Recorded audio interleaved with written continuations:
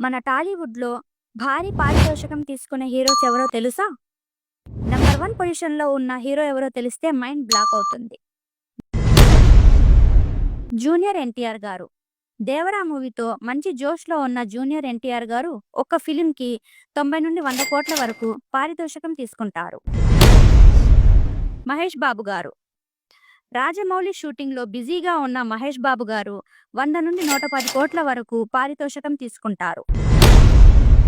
రామ్ చరణ్ గారు. 'RC16' బుచ్చిబాబు సన దర్శకత్వంలో బిజీగా ఉన్న రామ్ చరణ్ గారు 120-150 కోట్ల వరకు పారితోషికం తీసుకుంటారు. ప్రభాస్ గారు. 'సలార్ 2', 'స్పిరిట్' మూవీస్‌తో బిజీగా ఉన్న మన ప్రభాస్ గారు ఒక ఫిల్మ్‌కి 150-200 కోట్ల వరకు పారితోషికం తీసుకుంటారు. మన అల్లు అర్జున్ గారు 'పుష్ప 2' భారీ విజయం సాధించడంతో అల్లు అర్జున్ గారికి డిమాండ్ మరింతగా పెరగడంతో ఒక ఫిల్మ్‌కి 300 కోట్ల వరకు పారితోషికం తీసుకుంటున్నారు. మీకు ఈ వీడియో నచ్చినట్లయితే ప్లీజ్ లైక్ అండ్ సబ్స్క్రైబ్.